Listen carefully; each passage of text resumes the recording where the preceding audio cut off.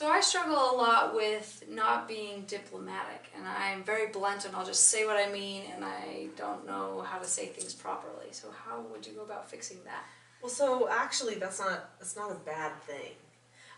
Being deliberate is a really good thing. Some people will hide all of their thoughts and emotions, and then they carry all kinds of bad feelings with them all the time. It's good to be able to speak your mind, but you are right. You have to be able to do it in a way that's kind, and that shows that you actually value the other person. So how do you get from being, well, when I was younger, I was very blunt, and I just said what I thought, and I didn't have any filter at all.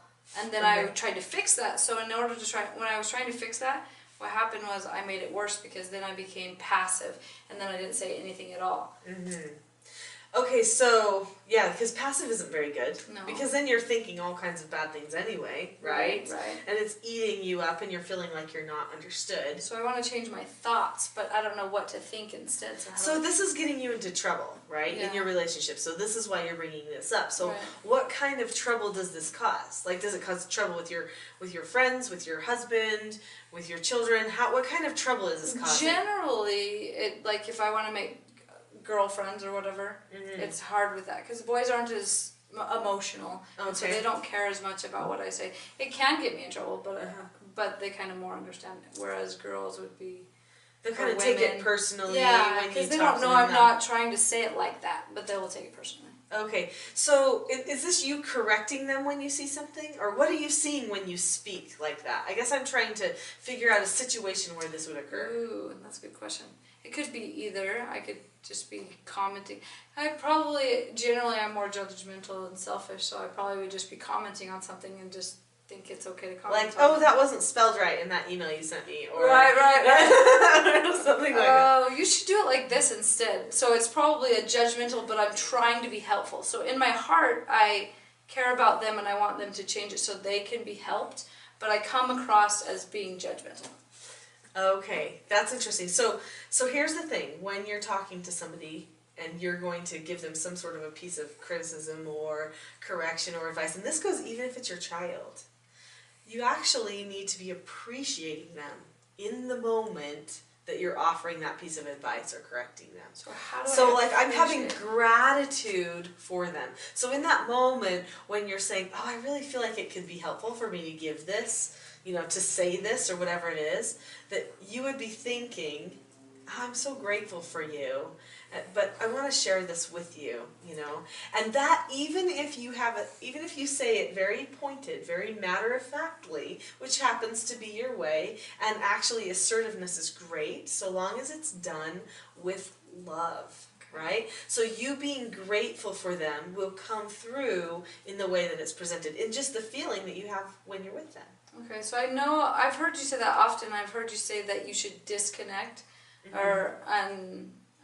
from the situation. So for example, with my child, if I decided I'm starting to get worked up and I can't get myself calm, but I want to get myself calm, and so I'll send myself in my room or whatever, and I'll say, okay, I need to get calm, and I go to my room, and I know that you said that you shouldn't, with your thoughts in your room, obviously you shouldn't be thinking, oh, I could be doing that, I could kick him, or I could not let you don't want to be planning out what you wish you could do in that emotional I've heard you say that before. Yeah. So then I was thinking, well, how do I know I can pray, and I know I can sing a song, and so that I'm calm and I have the Spirit or whatever with me, but how do where I'm still missing a step in there of what I need to do. Like, how do I need to... So you're saying disconnect, but you don't want to feel like you're really distant from them. Is that what you're saying? Okay, so when I did foster care for all the years that I did, they would attack me, like literally attack me with their words, sometimes even with their bodies. I had to be able to help them. I had to be able to advocate for them. And that was the thing I thought all the time. I have to be their advocate. So everything I did came from a place of advocacy. And the way that I found that I could advocate for them was I could disconnect from whatever behavior they were having. then I would appreciate them or have gratitude for them and then reconnect to their hearts so that they could feel my trust for their goodness. And then I would correct them, and they knew all the words that I was saying, because you know how I do corrections. But I would do corrections, or I would seek to understand them, whatever I felt like they needed right in that moment. Usually it was a correction.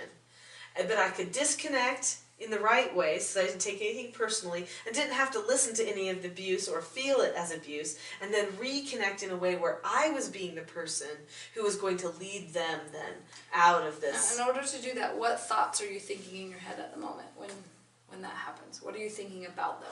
Do you know, the first thing I do is I assess. So the first thing I do is I say, okay, so right now their eyes are getting really narrow, they're getting really fiery, I can feel that, they're yelling things at me, and so then at that point I say, okay, so that's their behavior.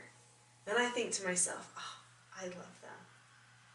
And then that's when that love comes back to them. And I think, I love them. I want to just send my heart's love to their heart, and at the same time appeal to their logic by describing what they're doing and what they should be doing. And you might have noticed there, did you notice how my even tone of my words just slightly altered? Just me discussing it with you? About it. Yeah.